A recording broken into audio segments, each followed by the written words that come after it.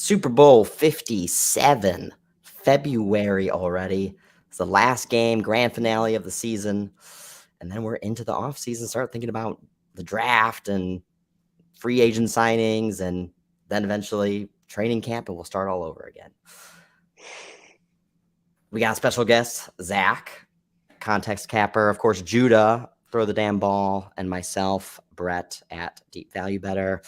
We're going to go through a little bit about our thoughts on the Super Bowl. Again, talking about a lot of things that everyone's already been talking about for about 10 days now. So we're a little bit late in the game, but thought we'd share our thoughts, share our insights, maybe some bets that we plan on making, some game plans for live betting. Did want to just touch base with everyone at least one more time again before we go in to that off season. Before we dive in, I want to do a little bit of a market recap, how we got here since the line started. But before that, welcome, Zach. Welcome, Judah. Any opening remarks? It's good to be back on stream. It feels like a long time. It feels right to be previewing a game before Sunday football. Yeah. And I've been watching you guys all season, and especially with the live streams with live betting, it's been amazing content. Like, just from hearing how the price action unfolds in the game and your guys' thought process, I really have liked it a lot. Also, welcome Dan, welcome Darnell. Thanks for joining again. Some of our OGs who are here every single time. Gotta love them. All right, let's get into how does the line gotten to where we are? Where do these teams start off from? So, at the beginning of the season, the Chiefs, of course, kind of go into every single year as one of the top favorites. We're at the plus 600 mark right after the Super Bowl, even last year. Eagles were much deeper underdogs, around the plus 4,000 range. And of course, this was before the signing of A.J. Brown and a bunch of other offseason moves that they made. And over the course of the winter, over the course of the free agency, and into the summer and into training camp, I mean, they really plummeted all the way into the beginning of the season to really almost essentially touching the same sort of odds that the Chiefs were at. And certainly as you got into week 2, week 3, week 4, if you remember, I mean, the Chiefs started off a little bit bumpy, and, the Eagles have basically been red hot pretty much all season. And we could see how the odds kind of just wavered there over the course of the season, staying pretty much in line with one another, somewhere between that, plus 600 and plus 800 range. And then you've seen, as we've kind of gone through the playoffs and now into the Super Bowl, you start to see that flippening really in there in mid-January, certainly as Mahomes gotten banged up. And that has really started to affect his play. We know Jalen Hurts is also banged up as well, but not nearly as visceral as kind of the play that we've seen from Mahomes, where it's clearly been aggravating his mobility and just his overall state of play. Of course, they still did end up making the Super Bowl. And really maybe a bit surprising is that they are underdogs. And so, in fact, they opened as favorites, but now have flipped to being underdogs. I saw this cool graphic. This is from DraftKings, basically just demonstrating where they have the legalized sports betting across the U.S., where are they getting kind of the most bets. And we can see it's clearly, across the board, Eagles. And this really just lines up, like there's a lot of suspicion and skepticism around betting splits and betting percentages and things like that, and other data that the sports books publish. But you look pretty much across the board, even anecdotal kind of tweets and other types of evidence, it seems to suggest there is an imbalance between the broader market, the broader public betting market, and potentially even sharps, as we'll get to, or pro bettors, smarter money bettors, are all kind of leaning towards the Eagles. In fact, there was an interesting tweet from Jeff Benson, of course, at Circa, one of the most influential sports books, talking about that when they opened up the lines, they opened the Chiefs as favorites.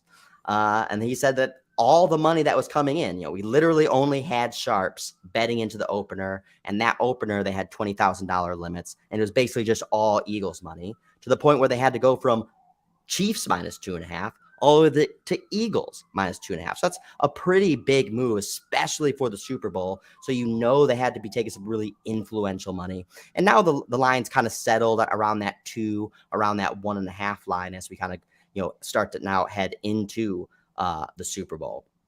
So I don't know how aware you guys were of kind of like some of that pre-game line movement and whatnot. And I know, Judah, you don't necessarily take that too much into consideration when you're kind of framing your bets. I know, Zach, you do take that more so into consideration when you're kind of thinking about, you know, where is the money coming and what types of bettors are supporting what types of teams. And not that unilaterally dictates your bets, but you certainly will take that meaningfully into consideration. So any feedback from you guys on kind of what I just ran through?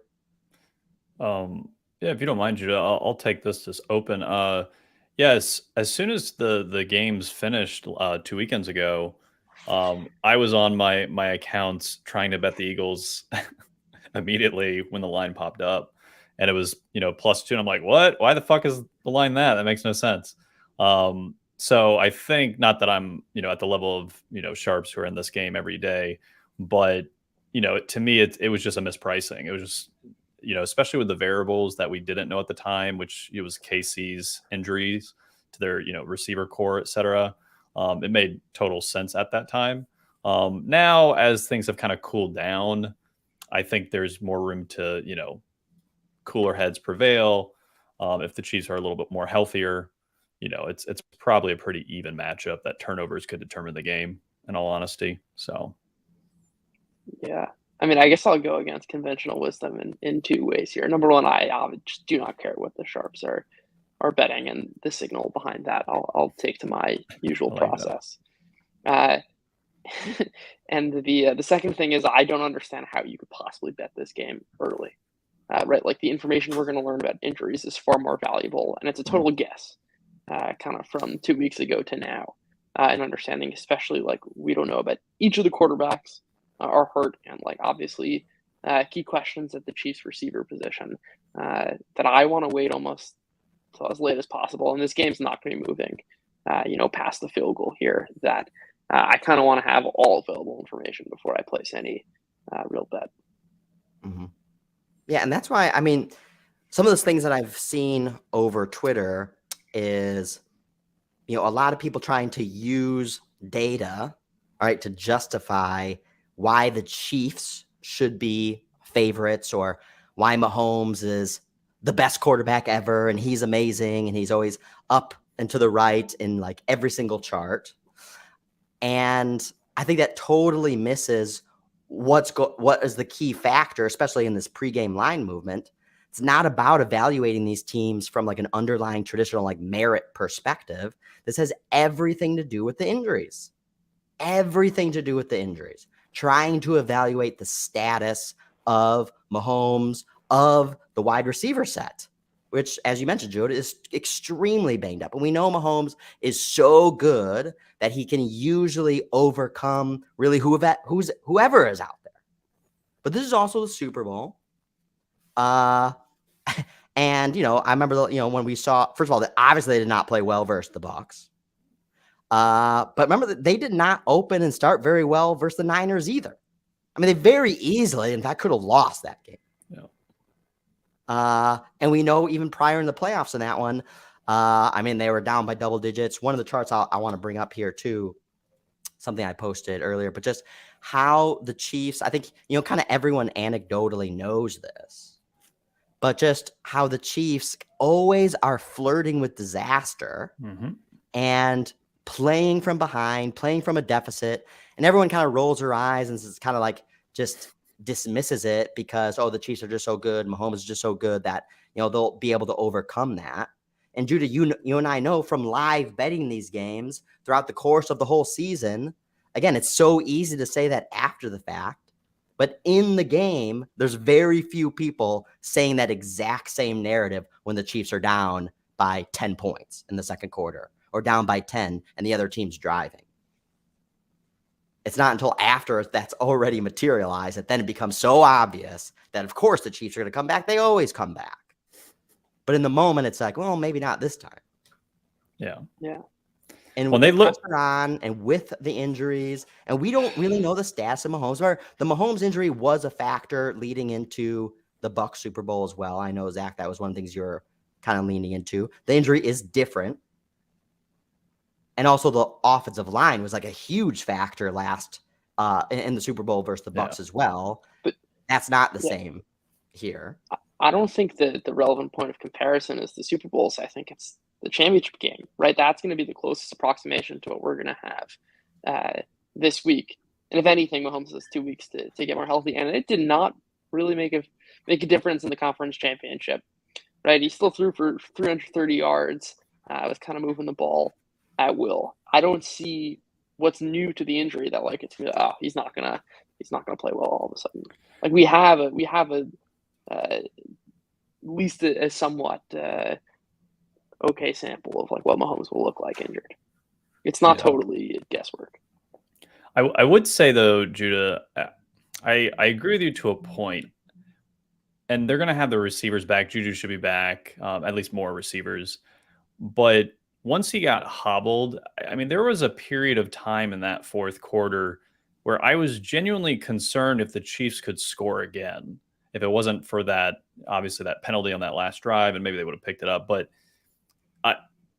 to me, I was seeing a team that, due to the injuries, their offense became almost inept because they were so predictable. It was either Kelsey or a fifth string receiver or a running back out of the backfield. Now, they won't have that this time, but if we get into that type of situation again against the Eagles, I mean, that's kind of I think that's where the Sharps might have been coming from. Because that was my gut feeling is like, shit, if like they really don't have a healthy, set of receivers or Mahomes is hobbled at all, like, man, like that offense looked really putrid down the stretch. And so obviously that's probably not the case now, but if they did lose Juju in the first quarter or something, like, I don't know, it could get ugly fast for that offense. In my opinion, especially against the Eagles team, that's pretty aggressive. I don't disagree with that. I think you need one of Watson, Smith-Schuster, or Tony to be healthy, right? You just can't have Sky Moore and Marcus Kemp being the outside receivers. Exactly. I totally agree, and I think that's a great live angle. Kind of like if we see if those guys are at all hurt or completely inefficient, I think that's a great angle to bet the Eagles. Well, that's the other component here too. Is it's not just the Mahomes injury that whether we know or not know how he's actually going to play, and over the course, you'd think that he's getting healthier over the last 2 weeks for sure. I mean, you could say, yeah, we saw him how he played in the championship game, and that's what we can generally expect as a kind of minimum in this coming game. But I think, Zach, you mentioned also, like, I mean, did he re-aggravate something throughout that? And kind of the adrenaline was pushing him through the rest of the game. You couldn't really see how it maybe could have potentially affected him elsewhere. But then, of course, the wide receivers. And again, we're seeing this huge. I mean, I'm surprised that, again, to your point, Judah, is like, let's wait until this game starts to really get more information to start actually laying down some meaningful money and placing an opinion with our money.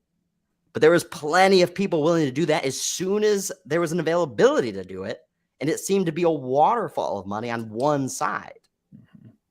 And so it also seems to be discounting Hurts's injury with his shoulder. And they didn't look, I mean, the offense has not looked good.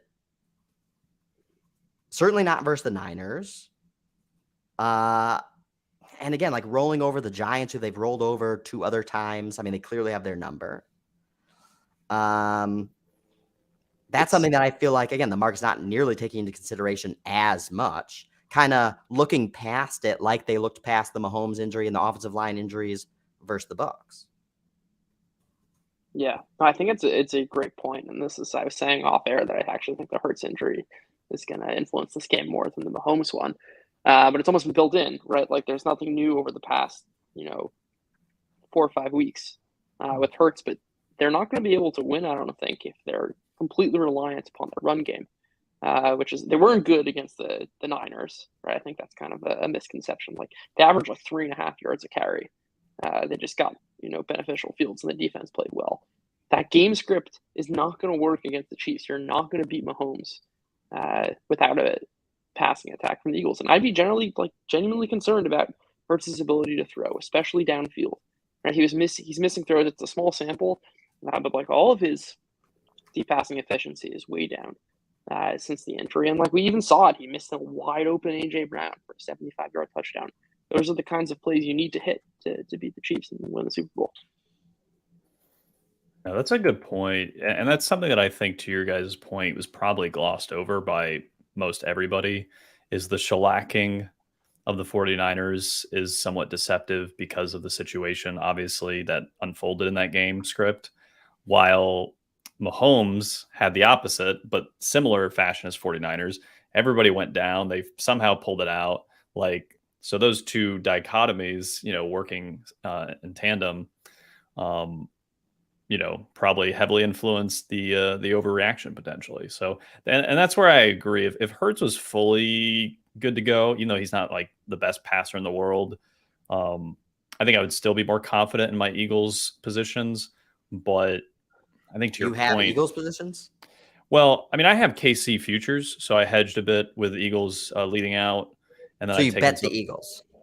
Yeah, I bet some Eagles as hedges against the futures. Okay. Yeah. But like you guys said, I think I'm really interested to kind of game plan for a live play, because I think we could see a very strong move one way or the other. Like, it could be close, of course, blah, blah, blah. But I would not be shocked if like KC gets Jalen uncomfortable, few turnovers, and like KC's up 20, and the opposite way too. Like, I think either way could happen. It wouldn't be shocking to me. Just because I think the game script could be wonky here. I think that even touches on one of, and I guess this is kind of my core handicap here, which is that I think the Chiefs are fine in any game script, right? Like, they're up, they're down. We're going to get the same Chiefs. I mean, they'll probably get a little too conservative if they're up, but the Eagles are entirely reliant on playing from ahead, and we haven't actually seen their game script against teams that are beating them. And I think this is kind of, everyone's been talking this week about, the Eagles haven't played a good opponent. I don't really care about that. We'll be able to tell early on whether the Eagles have come to play. But what is true about the schedule is we don't have kind of a good sample of the Eagles playing from behind. They've run like 140 plays from behind, and they're a completely league average offense. Right? That's not true of the Chiefs. When the Chiefs are behind, exactly how many plays that they've played from behind. Exactly. And it's almost nothing, except for that Washington game, which they lost.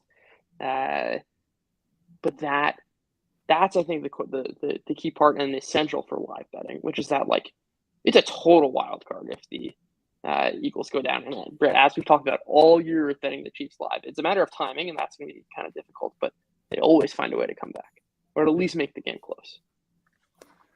Yeah, and you bring up a good point on the screen. So basically, what this shows is everything, all the fuzzy green dots are plays that they played with the lead. All the pink cloudy dots are the plays that they played from behind.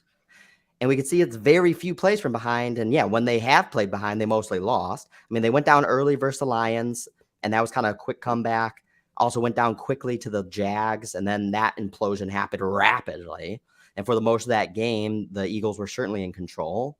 The one comeback the Eagles mustered, and it took the full all the way down to the last like 30 seconds of the game, was versus the Colts. And versus the Colts of all teams, a team, of course, that we know that the Chiefs also lost to straight up. A team that they just played around their food all game long.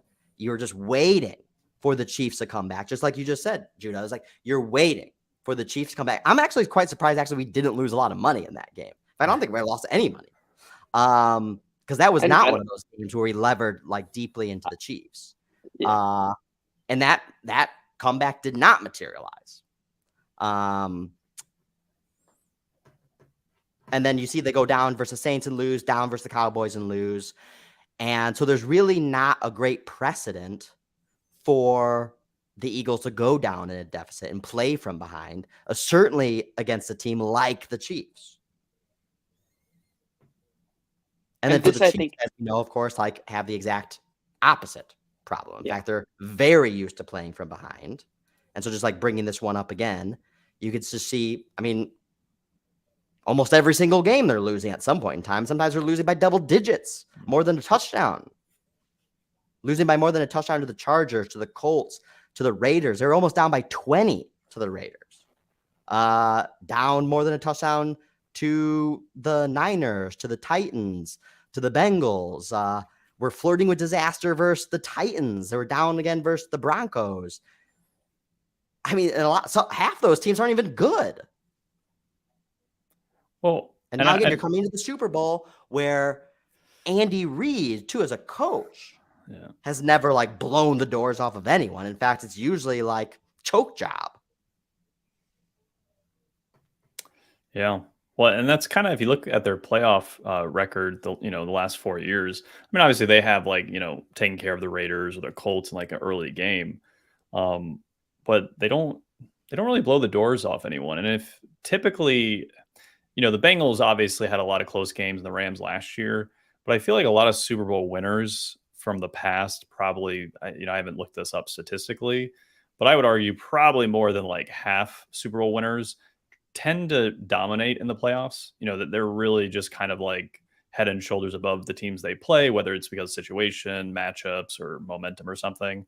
Kind of like even when Seattle won the Super Bowl, like once they got in the playoffs, they really got cooking and just kind of took care of business, I think, to Denver and then Tampa Bay too. Obviously, that's a close game with Green Bay and the Saints. But I don't know, it just feels like if Hurts's arm is good enough, the Eagles have, I don't know, like kind of like that momentum of confidence that if they get up a little bit, I just don't know if I see the Chiefs coming back. Like, especially with the potential injuries, then Mahomes having to push his leg. And that's where, to Judah's point, like if the Chiefs get up, all bets are off. Like it's Chiefs are off, in my opinion. Whereas if Eagles get up, it's like, I don't know if I really see the Chiefs coming back unless it's, they're up 20 and Mahomes has time to throw still. So It's very situational to me. I don't know. Especially if they're bleeding wide receivers. Yeah. Yeah, I'd add another layer to it and say I think it actually depends how the Eagles go up, which is if the Eagles are moving the ball well offensively and they build, a lead through a couple scoring drives, I actually trust the coaching staff to remain aggressive and continue kind of on the same path. If they get there by way of turnovers, in kind of a similar start to the Niners, to the game against the Niners, I'd be fine backing the Chiefs. Yeah. Right? It's not just like an automatic situational thing. Whereas the reverse is not true. I don't care how the Chiefs get their lead. If they come out to a big lead and the Eagles are forced to pass, I don't want to back the Eagles. No. It's a good point. And to your point, that's where I could see this game doing the inverse and we get a Chiefs, maybe not a blowout in a big way, but Chiefs end up pulling away a little bit. Eagles can't muster comeback. They win by 14, 17 points or something, just because Hurts can't throw well and, turnovers and spirals out of control. What do you think about just the overall cadence of scoring likely in this game? So we see the total's 51. It opens, I think, 50 and a half. I think it was even under 50 for a very short period, so like 49. I know Right Angle Sports came out and they hit the over at the 50 and a half, pushed it to 51. I mean, from everything that we're talking about, again, with injuries such a huge variable in this game, and if injuries are affecting both teams, I mean, I would not err on the side of like leaning into the over in this situation. Well, I bet the under already. Total opened at 48 and a half on FanDuel. Yeah. So a lot of pressure to the upside. I mean, do you guys agree with that? Do you guys see plausible scenarios where this is going into the 30s and 20s? Not really, to be honest. I'm on the under. I mean, I parlayed it with another bet, but I just don't. I don't know. To your point, there's too many variables to the downside of offenses in this game that it could just resort. And what we saw with Cincinnati, KC, where the offenses were just like, well, we can't do anything downfield. Like, we're just going to dink and dunk and play field position. And well, then your game script's out the window and it's not going to go over. So I err on the side of under. But again, if the quarterbacks feel healthy, it could definitely go over. But that's just my feel. Yeah. I mean, like, obviously with these two offenses, the over is in play as it is any game, but I also think the under is in play, especially if you want to talk about like pass rush. And I think this is the one area where Mahomes might be more affected. Is just like getting rid of the ball quicker, which means fewer throws downfield, more plays, more kind of marching down the field, and also like sacks are drive killers, and both of these are really good units. Top 10 in pressure rates. A couple more sacks than we'd give credit for a game in Week 7, just because of the mobility issues for Mahomes and the fact that like Hurts, the Achilles heel, is still taking too many sacks. Like that's exactly a recipe for how this game goes under, which is a couple drives that take 4 or 5 minutes but end in punts because of a sack. Also, I mean, again, they did not play very well versus the Bengals. And, the Bengals obviously were dealing with catastrophic offensive line injuries, and they were able to mask it in the divisional round. And it was completely exposed versus the Chiefs. And the pressure on Burrow really compromised their game plan. And so, there's a lot of criticism about how, and rightfully so, about how the Eagles essentially sleepwalked through their playoffs into the Super Bowl. But I don't know if we can really necessarily say that the Chiefs aren't limping into the Super Bowl as well without necessarily putting together really any meaningfully great performances. They didn't look great versus the Jags either. I mean, I would say they looked worse versus the Jags the second time around than they did the first time around. And so you're looking at two teams that maybe just there's certainly neither one is at their A game. That's for sure. And so then again, from a totals perspective, you're basically I feel like this game's being priced like they're basically firing on all cylinders.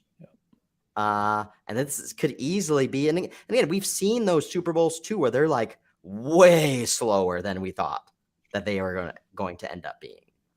Well, I mean, the last shootout we saw was Philly versus the Patriots, right? I mean, like as far as like a Super Bowl shootout where the offenses took over the game on both sides. I mean, of the ball. I think the Rams and the Rams Bengals went under as well. Yeah. That was a boring that was game. Expected to be like certainly a high scoring game. Mm-hmm. Yeah, two very good offenses.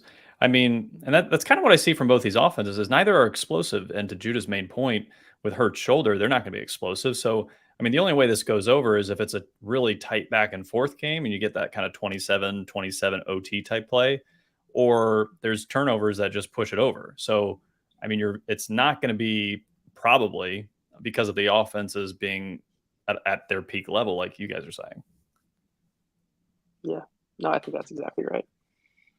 What I would say too is with respect to potential game scenarios is, and I know you guys were kind of alluding to a little bit this earlier, is I don't see a scenario that's probable where the Chiefs blow out the Eagles. Because the Chiefs are dealing with injuries across the board. Like there is really no question mark.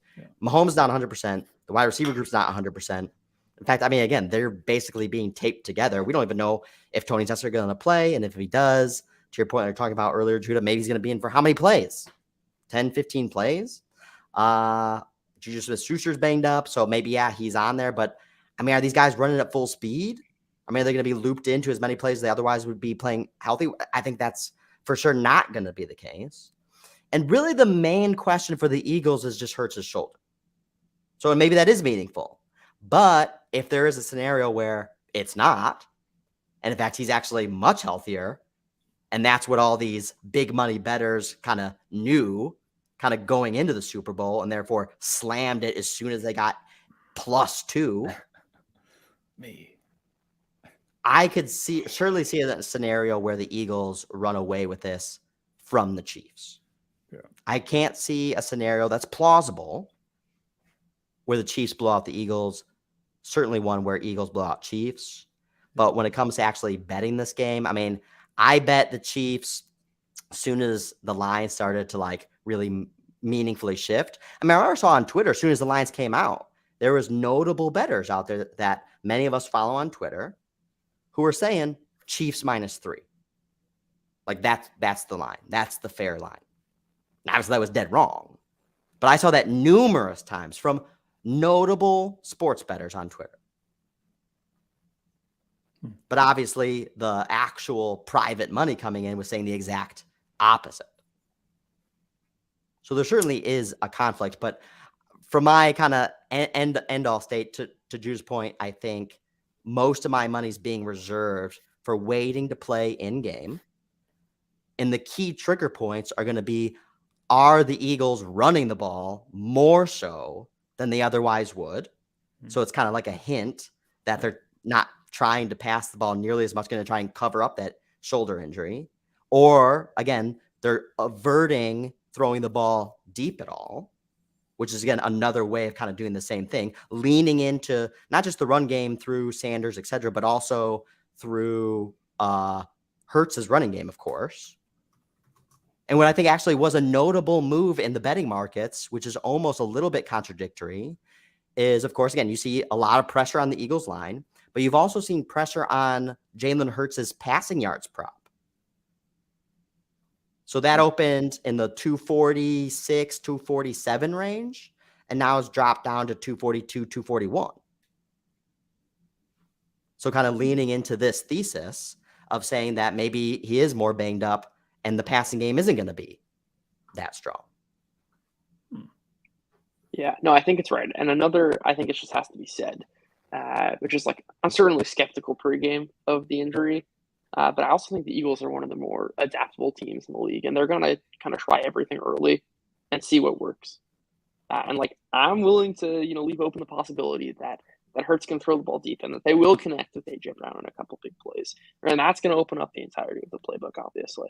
Which is to say that, like, you can have expectations of it being one way, and that's kind of where your prior is, but, like, that can all change very, very quickly. And this is not a spot where I'm willing to, like, really hold on and be like, no, I'm going to hold my thesis. I'm going to hold my thesis. Well, it makes me think then in that, like, from a over under perspective, I don't know, like, I feel like the first half or first quarter under is probably a pretty solid play because you guys made some good points already. One is probably neither team is going to be trying to, like, chuck it downfield, especially as they feel each other out. They don't play each other during the season. And we see this almost every Super Bowl, I feel like, is a very slow first quarter. And there's not going to be a lot of explosive attempts probably unless teams are getting really creative and off kilter. So I don't know, just from a total perspective, you could probably play this total on the under to lead out and anticipate a slow start to the game and then hit the over and try to hit a middle on the total, right? Yeah. My one kind of hesitation there is that, like, the Eagles have definitely been the best team in the league, kind of on script, and even last against the Niners, like, they were terrible outside of that opening drive, which did require Devonta Smith no catch to work. But I think that's the perfect spot to lean into if you really like the under. Kind of if the Eagles score on the first drive and this total gets up to 54, 53 and a half, whatever it is, that's when you take the under. Or you take a live first half under, basically saying, like, we'll take out the scripted stuff. And then, like, the game will still start off slow before, like, potentially picking up later on. Also, I think, how do you guys think, because this is important to really understand, is the heartbeat of the live line and kind of who is it going to favor? Who is it going to be quick to jump on or not? So you'd think by looking at the pregame line, it's going to want to hug Eagles for longer than it otherwise would. And I would say that's not going to be the case. I would say there is, like, deep underlying respect for the Chiefs. And that if the Chiefs went up 7-0, I think this goes out to Chiefs minus 3.5, maybe minus 4.5, and quickly abandon the Eagles. I don't think that's right. I think it's going to go both sides. This line is just going to hug close game, no matter what. Because we've seen time and time again where the Chiefs go down. And I mean, you need to get the Chiefs in a position where it's like, where you have to be scared to bet them. And you're not even getting, like, a super juicy line because the line just hugs Chiefs so much. If Eagles are up 14-0, I bet you the Chiefs are still 5.5, 6.5. 6.5. Well, and Real But quick. if Chiefs are up 14-zip, the Eagles are 9.5. Still think it's 6.5. I think it's the same both sides. It's probably early, especially if it's early in the game. They're not going to ban the Chiefs too early because they know what the Chiefs do.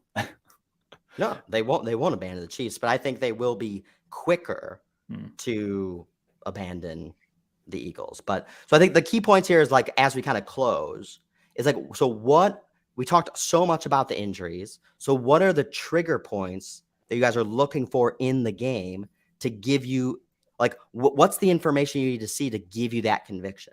So like I outlined is, if I see the Eagles trying to cover up like Hurts and his passing game and leaning into the run more so than you would otherwise expect, certainly given the game script and, you know, just how these drives are going, I think that will tip the hat to at least check that box. Like, hey, Hurts' injury is going to be a factor in this game. So it doesn't just mean bet the Chiefs, because now you need to see the other side of the Chiefs and check those boxes. But so that's one box I'm going to be looking for to check on the Eagles side. And then on the Chiefs side, just really, like, I would love to see Mahomes get hit early and see how he bounces back from that. I'm not talking about getting viciously murdered, but taking a good lick, maybe something a little bit that affects the ankles, and see how he gets up. Does he walk it off, or is he doing that whole limp thing? And, you know, he pauses and stops and holds his ankle. Like, that's like warning, like red flag. Yeah. I think I have. And then, of course, I want to see what's the rotation of the Chiefs wide receivers. I think that's also very important. Yeah. That's what I was going to lead with, which is like, you know, is Marcus Kemp getting snaps? I don't know if he'll be active or whatever it is, but like, who's actually playing? And like, the Chiefs will rotate a lot of wide receivers, but not if their guys are healthy. Then they won't do that. And on the Eagles side, I really just like, it's all like game plan specific, and, you know, how they plan to attack. But just like they're going to adapt to one, you know, game plan over another based on like what's working and what's not. And if they miss a couple of deep throws early, which I think they'll, you know, at least give it a shot, it's going to be a very different game than if they're hitting them. And I'm basically just leaning into like the Eagles are going to do what's kind of there for them in this particular game. Yeah. I mean, for me, the chink in the armor I'm looking for, like, everyone's going to be looking for the Chiefs' health. If that's seemingly okay, the chink in the armor I'm looking for the Eagles is everyone probably knows that Hurts struggles already in like zone blitz packages. So, I mean, the Chiefs have had 2 weeks to prepare for this with the anticipation that let's see if his shoulder really is good or not. And so I imagine a scenario where the Chiefs are probably going to be aggressive and make Hurts have to, you know, try to throw it down the field, stop the run up front, get pressure on him. And so how do they handle that? I mean, do they let Hurts rip it downfield, or do they just keep it close to the vest like you guys are saying? Because as we know, the Eagles are great in the red zone.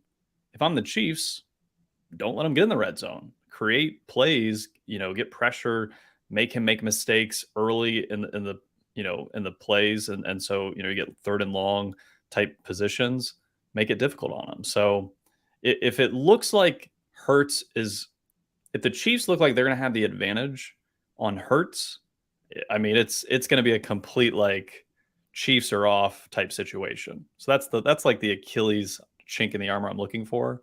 But if Eagles are like, no problem, figuring it out, moving the ball, then yeah, it's open. So Again, another indication that I was thinking about too, again, that gave me this inkling that the live betting markets are going to be less forgiving of the Eagles than the Chiefs was, I don't know how many of you were kind of following the live lines with the Eagles Niners. Okay. But when the Niners, Josh Johnson comes in, and it was a Christian McCaffrey led drive, but they go down, they tie that game 7-7. It's the Eagles minus 3.5 with Josh Johnson at quarterback. And that just speaks volumes to me. At home. At home. Yeah. And so it gave you a great opportunity, of course, to bet the Eagles. But I just see that, again, how quick the live betting markets will not respect the Eagles. And that just almost never happens for the Chiefs. The Chiefs always get respect. And they basically have to be down double digits in the first half for you to maybe get a plus money on them. I think even in that Super Bowl versus the Bucks, the line never wanted to Oh, leave it was them. hugging them the whole time. Like they look like they were the worst offense you've ever seen, and the line's like -6 or +6. They're coming back. And that's also the point, Zach, too, is like the Chiefs. I've watched them a ton. You watch the Chiefs, and when they don't look good, they look bad. Yeah, they look bad. You're like, wow, I don't know if they can get a first down. Well, that's how that fourth quarter felt versus the Bengals. Obviously, like we said, there's context as to why, but I mean that offense, if that rolls out at any point in this game versus the Eagles, I don't think they're going to have any chance. So, but they're going to be healthier, so probably shouldn't happen. And also, there was that big turnover too by Mahomes versus the Bengals. That's not the play I would say that he is typically prone to do in that type of situation, just let the ball go. And it's because of the injury. It's a fluke. Oh, it's a fluke. It's not a fluke. It just happens to happen. With a healthy ankle or not healthy ankle. I think it definitely has. I knew where you were going with that, and I was like, no way I'm going to let you get away with that. No way. I think that the ankle impact, the fact that the ball slipped out of his hands, I don't think so. It's a fluke thing. It's one play. If it happens repeatedly, fine. There's a case you made. It's not going to happen repeatedly. Yeah, exactly. Because it was a fluke event. No, but you're trying to assess the probability of something happen and the probability of anything like that. Just other things going haywire to where it could be because you can't focus on what you're doing because there's a pain element or a weakness element that is no longer, you don't have the same structure that's helping you do and accomplish whatever your objective is, that there's a weakness, there's a breakdown. And then that can have downstream negative and detrimental effects. Into these types of plays. I would say that play is not singularly just total, zero causation. I think that's a Galaxy take. I'm sorry. Well, I'll give. I lean probably more towards fluke, but to Brett's point, when the Challenger exploded, things like that happen because there is a screw loose, right? There's things that are so small but so pivotal to the whole that it's kind of like the Kirk Cousins effect. Why is he bad on Monday Night Football? Because his schedule changes, for late games, and so his routine's off. So there could be a degree of that, to Brett's point. I feel like. Yeah, I don't disagree. I don't know how big. Maybe 1%, but. I don't disagree with it in theory. I just think it would have manifested in other ways, and Mahomes, would have played worse than 330 yard. He did have a throw or two that when he was driving, he couldn't drive into it, and so face planted the ball. There was ducks that you don't see him necessarily throw. But that was after the re-aggravation. Yeah. The other thing that I can't believe it's taken this long to mention with all of these injuries is it's a perfect setup for same game parlays because massive uncertainty. Well, that's the other thing. I was going to ask you what are some of the the tail outcomes that you're going to lean into?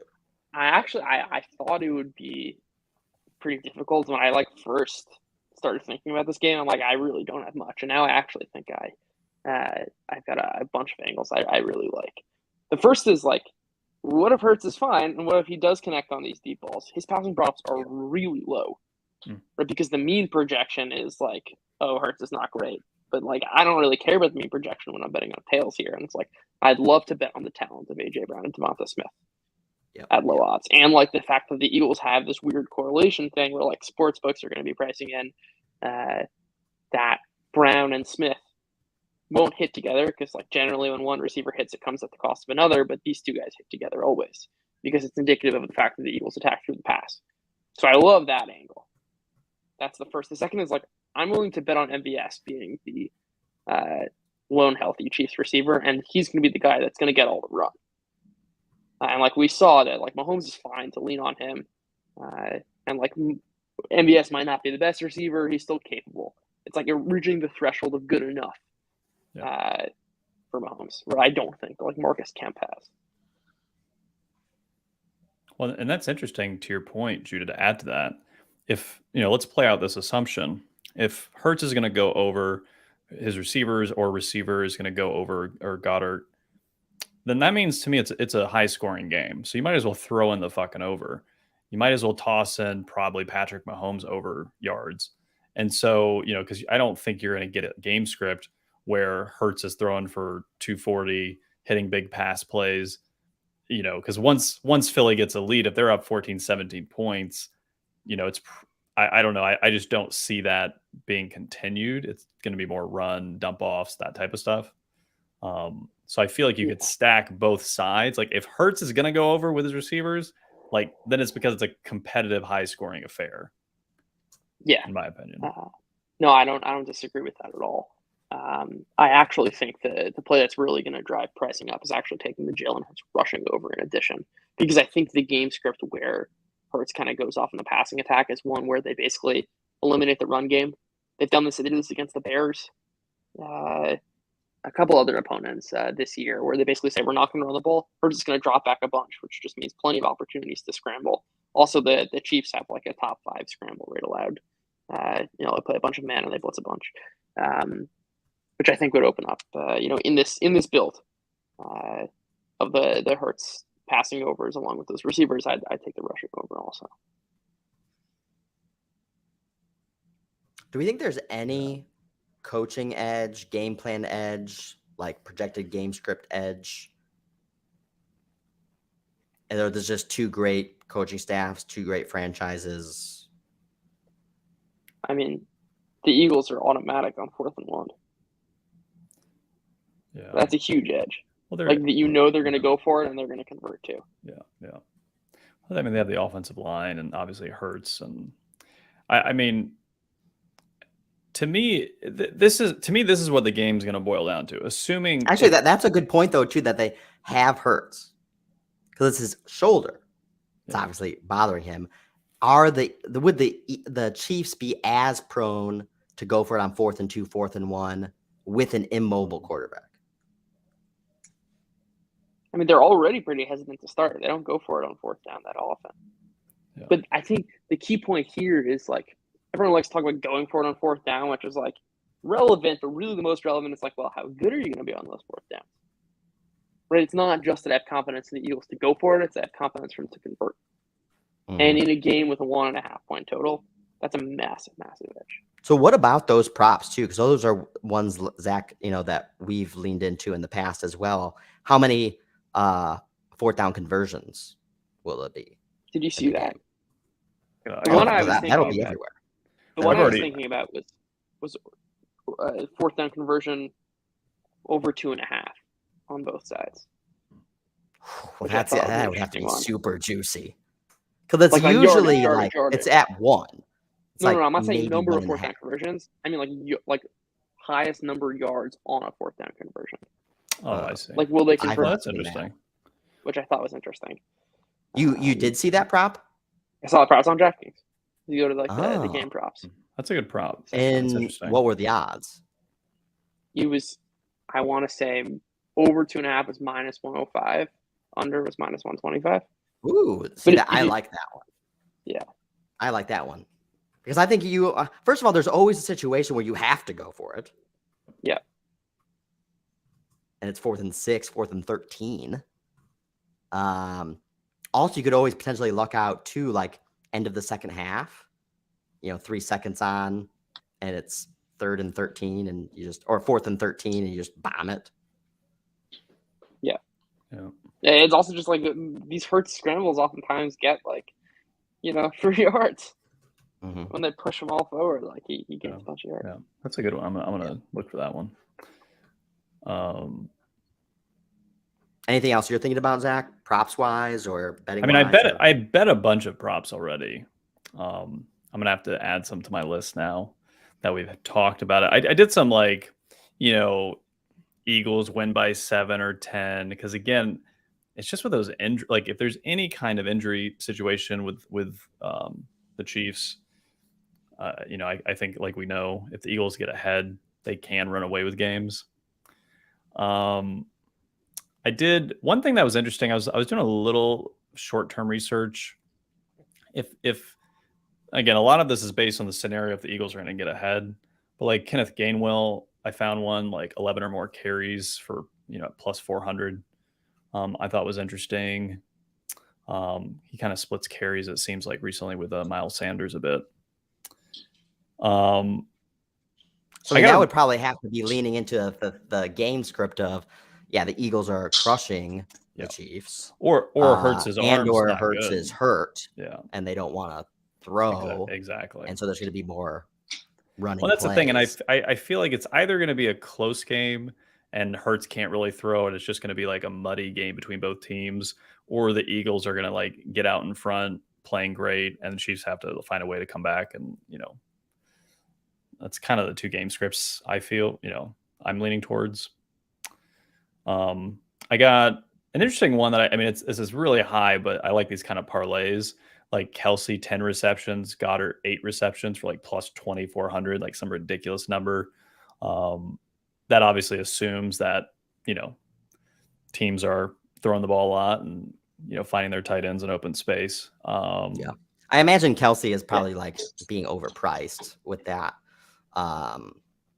Just because you would assume that Mahomes there's certainly a game script where Mahomes has to like force the issue to Kelsey.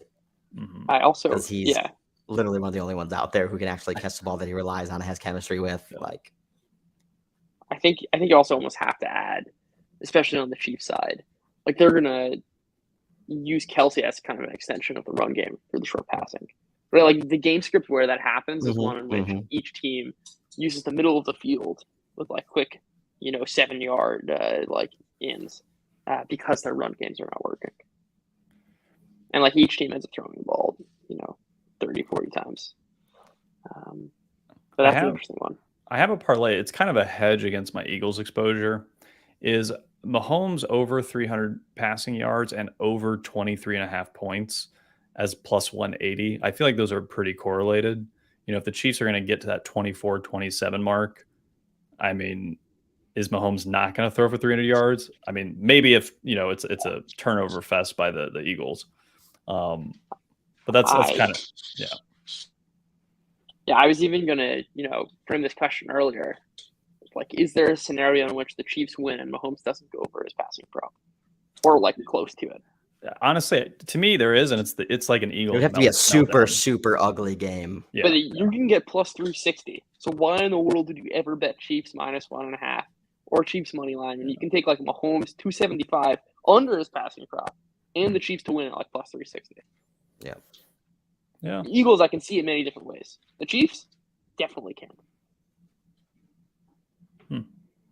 Yeah, this is, I think, my biggest takeaway here is, and why one of the reasons why I think, like, if you're looking into tail scenarios, it's leaning into the Eagles props and scenarios and whatnot. Because I feel like we know who the Chiefs are.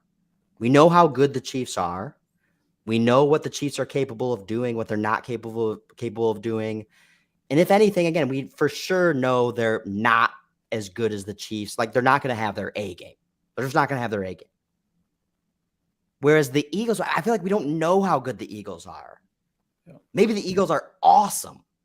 Like, they're easily the best team in the NFL. I have a good comp. There is that scenario. I feel like you can't take that off the table. Or it's like, oh, yeah, the Eagles, like, ran through an easy schedule and crushed the Giants 3 times and beat a ghost of a Niners team. And Eagles weren't that good. You know who they and even a gimpy Mahomes with no wide receivers is able to beat them by a touchdown. Yeah. So I have where I think my confidence comes from with the Eagles is I think everyone in the NFL has been banged up this year, except the Eagles, with the exception of Hurts's, shoulder. Like as far as like playoffs, like all the teams are fucked up. Um, the Eagles remind me of the Ravens when they were blowing everyone's doors off, got into the playoffs and stubbed their toe versus the Titans, a team that they matched up poorly against. And same situation, Lamar, obviously at that time especially, not a great passer, run heavy. Ravens required getting up early to win games. Like to me, like this Eagles team, not obviously not the same type of team exactly, but I feel like that's like the best comp coming into this game. And I just personally don't see the Chiefs as like a Titans type team to counter what the Eagles want to do. So it's really just like, do the Eagles play their type of game and get ahead like the Ravens team of 2018 or 19? I can't forget which year. Then they're off to the races. Like, like when that year when the Ravens played the Patriots, the Rams, these teams, like, I mean, it was like as soon as they got up and got momentum, they would run it every down, know they're going to run it, and there's nothing you can do to stop it. And now Eagles don't have that type of running game, but just from like a momentum type team, that's to me what the Eagles are. And so that's why getting a lead and playing their game is so important for the Eagles, because if they do, I mean, it could get ugly. So that's my comp that I'm picking up on. But like we saw, they can also like get beat by a team that like everyone expected them to crush, like because the game plan didn't work, and so they have no good plan B type thing. So yeah, I like that. I think also too, there's something that we all have talked about a lot over the course of the off season is like how important it is to have like an alpha wide receiver, much less like just studs at wide receiver. That's what the Eagles have, and the Chiefs don't have that. Now, again, a lot of like all these types of observations are like almost always mitigated by the asterisk of, well, does the other side have Patrick Mahomes? Because then it like mitigates like anything else that's going on. And basically everything else becomes neutralized because it's Patrick Mahomes. But again, we've seen instances where in fact that's not enough. Especially when he's not healthy. I think in no scenario he's not going to be healthy in this game. Well, and one other thing I wanted to point out real quick is if you really look at it, have the Eagles been truly respected on a macro level all season? You guys would know this better than me, but a part of me, what I've been seeing, like, yeah, we were slow. We were slow. I feel like we were slow. Yeah. And then we were bullish on them when everyone else seemed to jump off ship after those bad weeks against Washington and Indianapolis.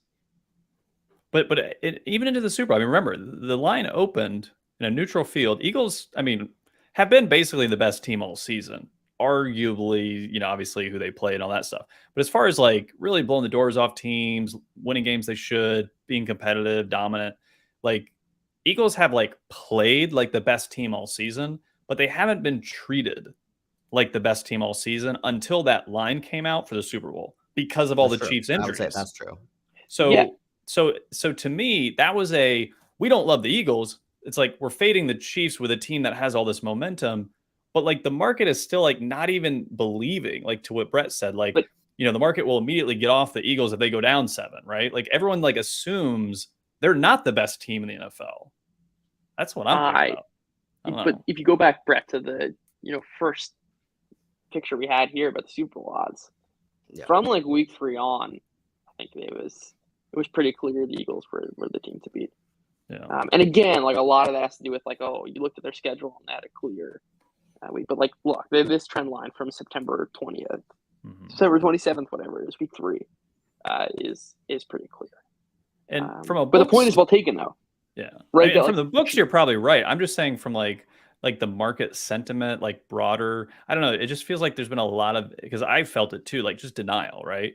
Like the same, and I felt the same way about the Ravens, and we did too. Because they had a great game plan A, but we knew they didn't have a game plan B if they ran into a team that knew how to stop A or got a lead against them. But I don't know. I mean, the Eagles they haven't had to play anyone that could step up and put them in their place and be physical and get, I don't know. So, and I don't know if the Chiefs are that team. So, We'll find out. We'll find out. We will. Are we gonna live bet this game? Like, are we gonna do the game trade? Oh wow. Because I know you're in Miami, Judah. I'm back I in know Europe. I'll be Huh? back in Europe. Flying Sunday. Okay. So do you want to do it? Do you want to come here? Because I know we talked about that. That's good with me. You want to come to New York, Zach? No. Florida is warm. It's wonderful in Florida right now. It's really, really nice. Oh yeah, out. Judah's in Florida too right now. Okay, so that wraps it up. That's the NFL season for 2022-2023. I guess we'll come back, potentially do game trade, do our last one of those as well. Maybe you can dial in, Zach, and intra game and tell us your favorite. Actually, live bet. yeah, maybe I'll.